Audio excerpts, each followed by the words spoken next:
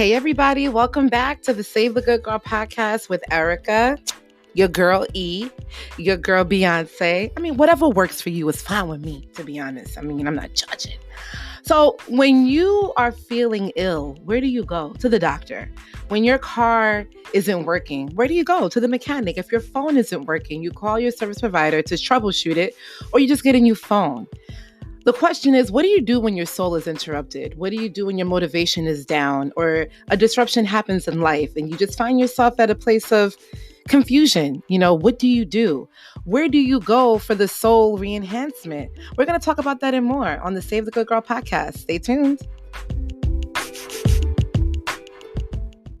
What I've learned is that when you're doing a podcast, you need to have a lot of water next to you because all of this talking and editing, water on deck. All right. Here's the thing.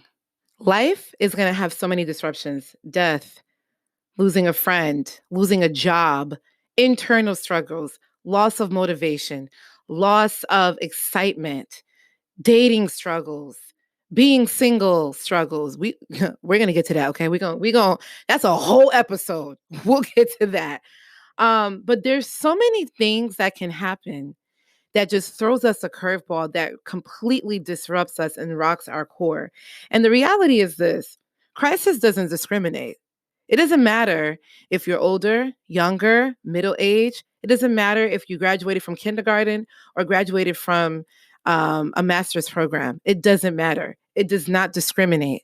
When you think about things that are just happening in the world, the things that children have to experience, the things that we see, and you're like, wow, I can't even think or even dream of this happening to anyone that you even know.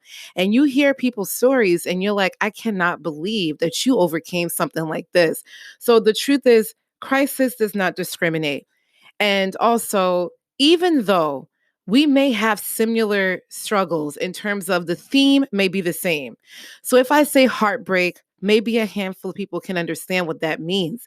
And not just on a relationship level. Your heart can be broken by anything: a loss of a pet, your family dynamic, being heartbroken by something that someone said to you that really, really hurt you. So heartbreak is just a universal, I think, a universal feeling and emotion that I think many of us go through, where something really just rocks you to the core. And if you didn't experience that yet, I hope you don't. But if it does, this can probably help you. And also just understand that the details are very different. My heartbreak story with the guy, it could be completely different from yours. I can tell you something that rocks your core, but you could tell something to me that rocks mine. So we have disruptions in life that will happen. You wake up, you had a really great day, and then boom, something happens.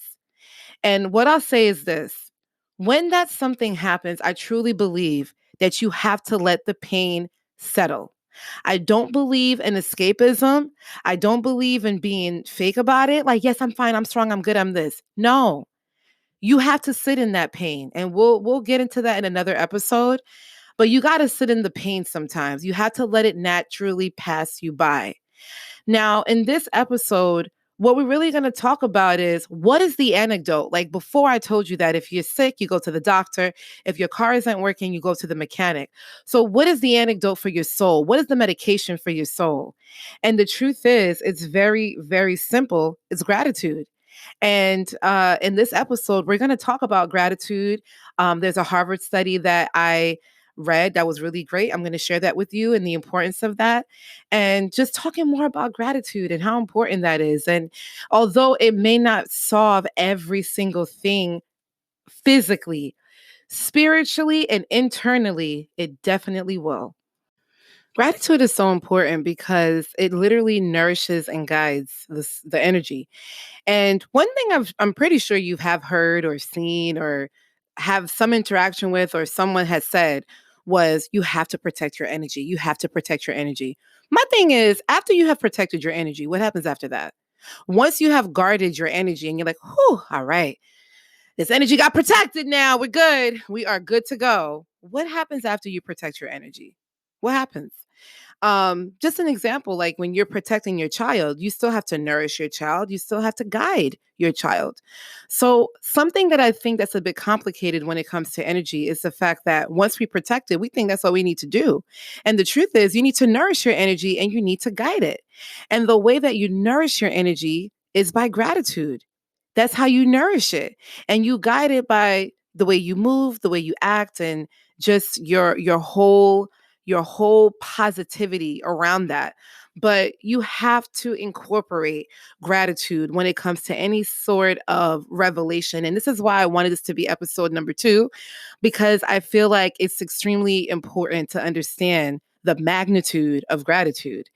And I think that, again, you hear the protect your energy, but we don't talk about nourishing that. When something happens to you, you take a pause. When something happens to your life that disrupts you, it pauses you and it makes you stop and think. We are constantly on the go. I have to get ready. I have to go to school. I have to go to work. I got to feed the kids. I got to do this. I got to do this. I got to, meet with this person. I have a meeting here. I have to go to the nail salon. I have to do my hair. I have to cook.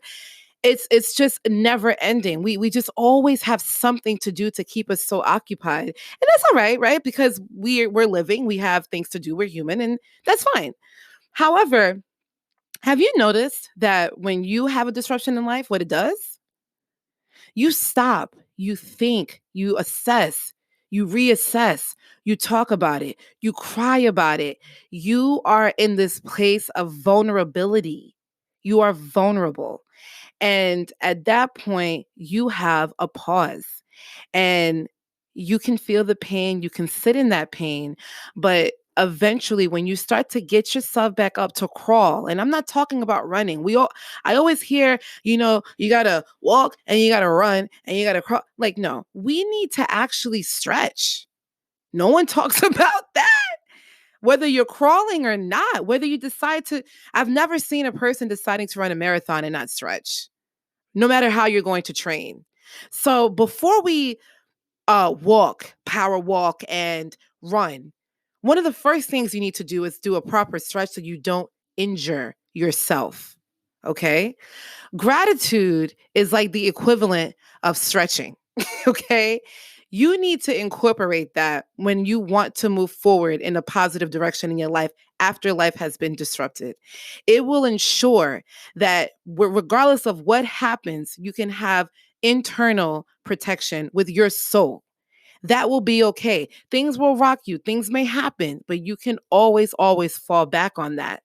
There's so many daily things that we take for granted on a regular basis. The fact that you're listening to this right now is a gratitude entry. The fact that you can hear, the fact that you have devices to give you access to this episode, the fact that you either paid your phone bill or paid your electricity bill or paid for internet to listen to this right now. That is a gratitude feature right there. There's a lot of people who still don't have access to the internet, and you do because you're listening to me right now. And there's a lot of people that can't hear, that can't see, and you do. You can. I mean, I don't know if you can't see, but I know that you can hear it because you're listening to me right now. So there's so many things that we take for granted on a daily basis due to the things that happens to us in our lives, the disruptions that happens in our lives that will happen. It will happen to us. However, it's not something that's going to stain us forever. We will overcome that. And gratitude is a way to just smooth it over because you're focusing on what you have now, not what you lost and not what you lack. It's what's happening today, right now, this second. Every breath you take, everything that you're doing is something that you can be grateful for. Everything that you're doing right now.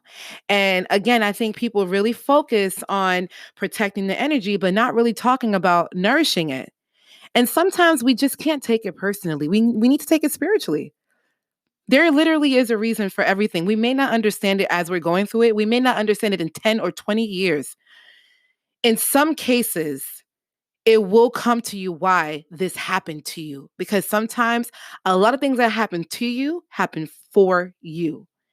And internal movements guides external experiences. What we do and how we feel and how we think about ourselves internally will automatically, you don't even have to do anything. You don't even have to do anything. The way that we feel about ourselves internally and how we treat others internally, your external experiences will automatically change. I can guarantee and promise you that it will change. The people that you encounter will change. Your experiences will change. You start to realize that people are just doing things and things are just working out for you. And that's because your energy has shifted. And the way that we have to get the energy to full gear, we need to get that energy together is by gratitude. And I really wanted to focus on episode 2 on gratitude because I think that we all have gone through so many things and I can't name them all, but I do feel like, and I have personal experience of what gratitude and just being truly grateful, what it really, really can do for you to turn this around. And I wanted to talk to you guys about this wonderful Harvard article that I read. And it was really, really great and had a lot of great studies. And I want to get into that. So let's get into that right now. So, yes, I was telling you guys about this wonderful article that I read from Harvard. And I wanted to kind of go into, I talked about gratitude. I talked about how powerful and how impactful it is, but I never defined it. And according to the Harvard Medical School, gratitude is derived from the Latin word gratia, which means grace, graciousness, or gratefulness. In some ways, gratitude encompasses all of these meanings. Gratitude is a thankful appreciation for what an individual receives, whether tangible or intangible. With gratitude, people acknowledge the goodness in their lives. In the process, people usually recognize that the source of the goodness lies at least partially outside themselves. As a result, gratitude also helps people connect to something larger than themselves as individuals, whether to other people, nature, or a higher power. So let's just dissect that really quickly. With gratitude, it's almost never about you, right? You're literally being grateful for others. You're literally being grateful for what you have. We all are connected together. We all work together. Something you said or watched or experienced, or a friend or your partner or a family member or your coworker can say something to you that really, really resonates with you, and you feel extremely grateful for that. So when I saw that definition about graciousness and just being in that graceful state and being graceful, when you're in that state, in that presence, you know what you are? Warm, soft, less tense, a little bit more open. Gratitude really helps you open up. And in one of the Harvard, they did a couple of studies. And one of the studies that I saw that they did was with couples. Excuse me. They did a study with couples and they realized that gratitude can really improve relationships because couples found that when they're able to express gratitude for the partner, they felt more positive towards the partner and they felt very comfortable expressing their concerns in their relationship. A lot of issues in relationships, communication. A lot of issues in relationships is misunderstanding. When you're able to have gratitude and you express that appreciation for that person, you are then able to have and to just kind of be more vulnerable with them. You're able to be more compassionate. And when you're compassionate, you can be vulnerable. You can definitely be vulnerable. Compassionate, being in a compassionate place, being in a place of grace and calm, then your partner feels like, you know what, this person, I'm really grateful for them. I really love them because you start to notice all the great things about them and not be so nitpicky of everything else. So you just in the space of like, wow, you know what? I really, really love this person. I really, really care about this person. And I have an issue with this. And because of the fact that you're so grateful to your partner, they have also changed. you know, they have also changed. So I think that it's really important to understand how gratitude can also strengthen your relationships with your partner. In another study, they found that I think they did a study with a group and they asked for daily, just asking them to write what they're grateful for 10 weeks. And after doing that study, They realized that the people who wrote what they were grateful for 10 weeks were optimistic and felt better about life. Just writing what they're grateful for every day for 10 weeks. They didn't specify like how many things they had to say they were grateful for, but just knowing what they were grateful for 10 weeks, they were happier. They did another study and realized that managers who remember to say thank you to people who work for them and employees, and it just showing that gratitude motivates them and makes them feel happier. They did a study where they had a group make calls to the alumni to get donations. And when the manager spoke to them and gave them a pep talk, when the director of annual giving spoke to them and said she was grateful for their efforts, the university saw that the employees who heard her message they were able to have 50% more fundraising calls than those who did not. So there's so many effects with gratitude, whether it's with your relationships, whether it's with your professional and professionally. There's so many benefits to that. I remember when I was working for an advertising agency and I was working on a project, and I was so like, I was working late and I was just so excited to get this done. And I'm like, okay, I'm really going to impress this person because I'm just going to do this project. I'm just going to give it my all. When I was on the project, you know what this person said to me? Thanks. That's it. Like, I was just like, thanks. What? So, what do you think that does for your motivation? What do you think it did? I mean, you're still going to do your job, but is your motivation going to be as high? Are you going to go above and beyond? No, because when you did, it wasn't noticed. And the truth is, people want to feel validated, they want to feel heard. They want that. So the truth is, when you don't give acknowledgement through gratitude, it really causes a disruption in your productivity as well. Because everybody wants to be heard, everybody wants to be validated, and everybody wants to be valued. These are universal characteristics that we all need, we all want. So when you just say thanks, not even like, Erica, I really appreciate you taking the time to do this. I'm going to look over this project. We'll go, even if it wasn't up to par, acknowledge the effort that I took to actually finish this. You did it. So gratitude can really affect your whole dynamic.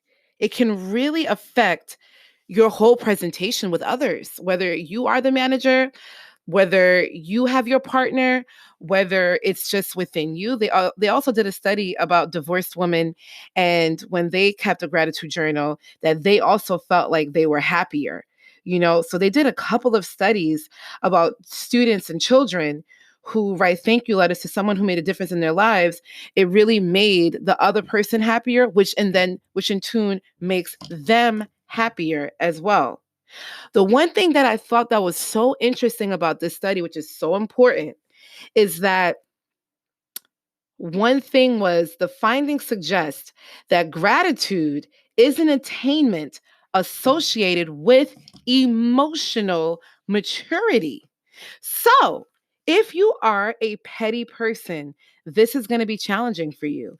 If you are angry, if you're holding on to something, if you are not forgiving, if you are just like, I'm not doing this because they did this to me and they did that to me. If you're in that state of mind, this is going to be hard. This is going to be really hard. The key thing that I thought that was so interesting was you have to have emotional maturity for all of this to make sense, for all of this to work, for you to truly see the power of gratitude. Your emotional state of mind has to shift. You cannot have a grateful state of mind and be petty. You cannot have a grateful state of mind and be jealous and be hateful and wish bad upon people and all. It's not going to work. The formula is not going to work. So having this process of like, all right, let me just shift myself. And when you do, all of the things that I've mentioned will happen. You will start to see a shift in how people treat you when you treat people the way you truly want to be treated, when you really show your appreciation for people, your gratitude for people. When was the last time you really thanked a friend for something they've really done for you? something that really, really resonated with you. I like to send random text messages to people all the time. Like, you know what? Thank you for being my friend. And sometimes my friends will be like, okay. Or I'm just like, thank you for this to my family members. Like, I really, really appreciate it because I do. And then when you show your appreciation, it goes back. And then this person feels like that and they want to do better. They want to give more, whatever that is, whether it's more advice, more love. And it's just like, you don't understand the power of how important it is for yourself, but more importantly, what it does for other people. Like, it really does a lot for other people. And I had experience with that where I was in a moment where I was definitely down. I've had moments where I was definitely down, whether it was insecurities, whether it was a transition in my career, whether it was, a man, you know,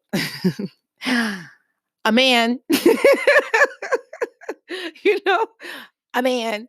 Um, and I've had moments. I've had moments where I didn't want to do anything. And I purchased a gratitude journal. And what I've come to realize from my experience is that when I write in the gratitude journal and I'm reminded of the things that I'm grateful for, it definitely makes a difference for me. And the truth is, with gratitude, you have to focus on what you have and not what you lack. We will get back to this fabulous episode, but I just wanted to let you know that you can find Save the Good Girl on Instagram, Facebook, Twitter, Pinterest, and YouTube. There is also a chance for you to be featured on the show. Check out the link in the description to send me a voice message. In addition to the podcast, did you know that Save the Good Girl has a blog? Be a part of VIP by subscribing to the email list on SaveTheGoodGirl.com. So many options to stay connected. All right, let's get back to the episode. Did you hear that? You have to focus on what you have and not what you lack. Yes, I had to do that one more time. Gratitude is focusing on what you have and not what you lack, not what you lost, not what you think destroyed you.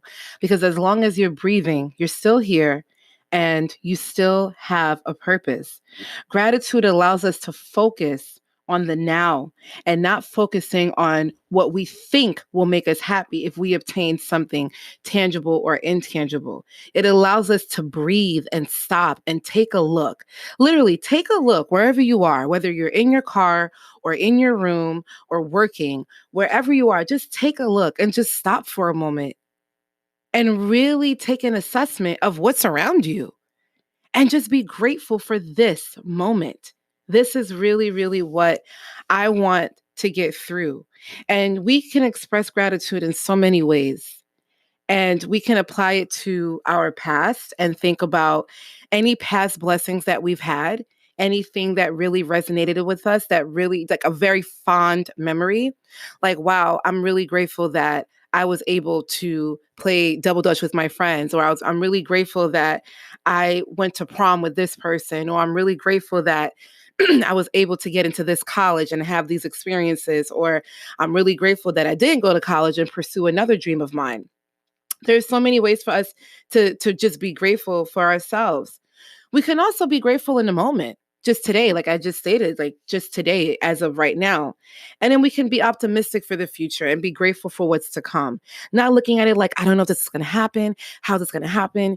Gratitude also eases anxiety, even if it comes to your mind, because I tend to do that too. Like, I think about, oh my gosh, when is this going to happen? This hasn't happened. I'm not sure if it's going to happen. Like, my mind, it goes everywhere. It does. It keeps me up at night sometimes. And I'm just like overthinking.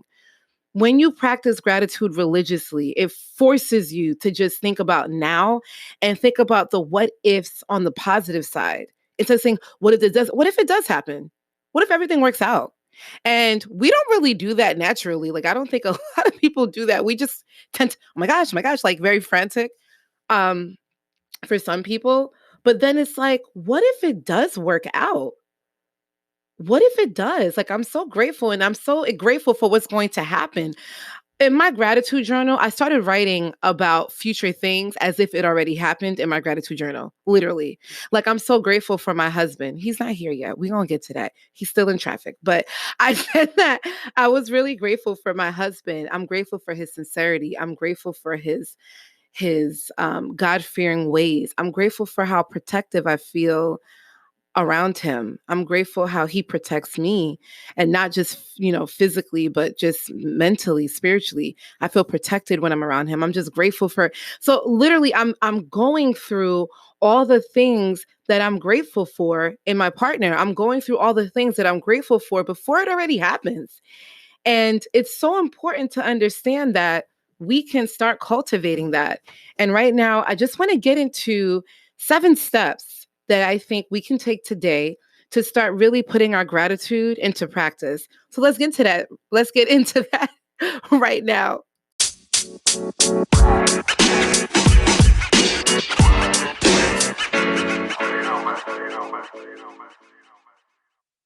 So we understand what gratitude is. We understand the importance of gratitude. So how can we have the routine for the soul? As I've stated earlier in the episode, what do you do when your soul is disrupted? What do you do? How do you get there?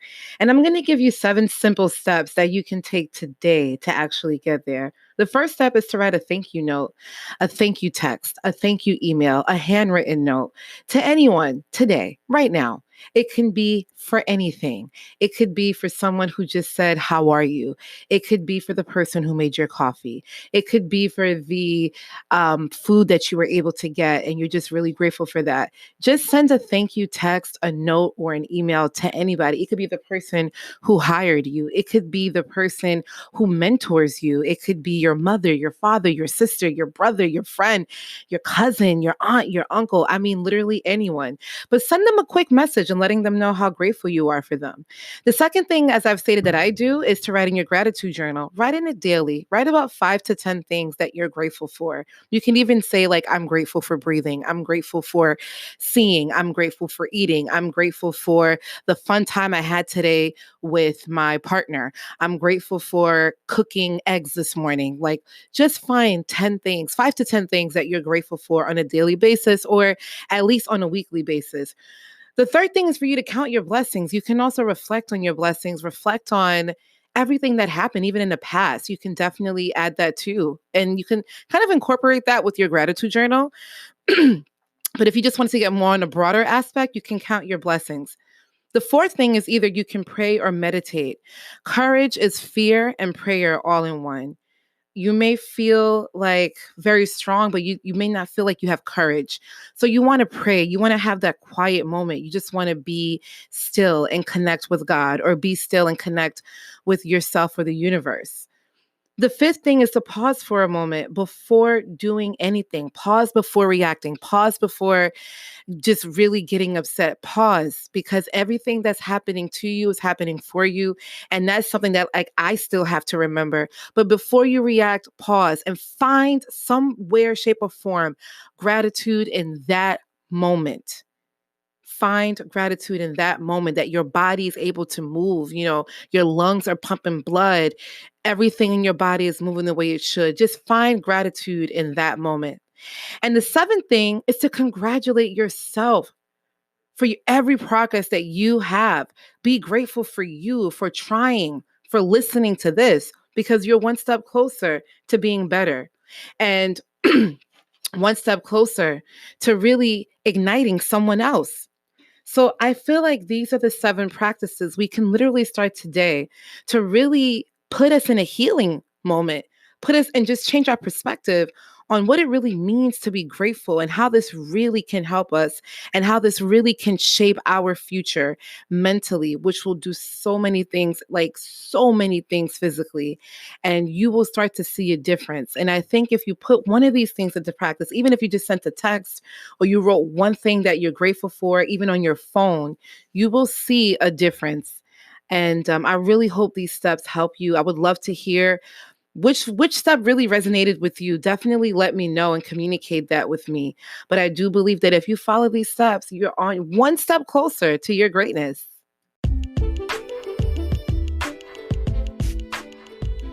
I can actually start right now with what I'm grateful for.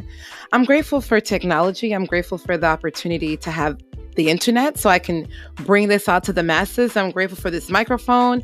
I'm grateful for my voice, and I'm grateful for the water that I was able to drink during this whole episode, because your tongue gets really dry when you talk on this damn podcast all the time. Even though it's episode 2, I'm like, oh my God, I need water. But I'm so grateful for that. And just know that whenever the world seems like it's just shaking, you can always lean on gratitude. You can always have an opportunity to say thank you. And I wanted to leave you with this quote: you don't need to be perfect to inspire others. Let people get inspired by how you deal with your imperfection. So just think about the little steps that you can do today and how that can drive someone else to do better and also to be better. Thank you guys so much for listening to Save the Good Girl. I will see you next week.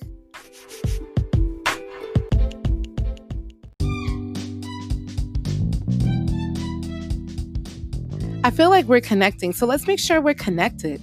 You can find Save the Good Girl on Instagram, Facebook, Twitter, and Pinterest. Did you know about the Save the Good Girl blog? Yes, there is a blog. Check out SaveTheGoodGirl.com to subscribe to the fabulous VIP email list and be the first to know about new podcast episodes, new blog posts, and giveaways. In addition to listening to Save the Good Girl on many platforms like Apple, Google, Spotify, and many more, you can also subscribe to the Save the Good Girl YouTube channel if YouTube is more of your thing. There are so many options to stay connected and be a part of the Save the Good Girl community. For all updates, or if you just want to contact me to say hello, ask me a question, or send me a comment, check out the contact section on SaveTheGoodGirl.com.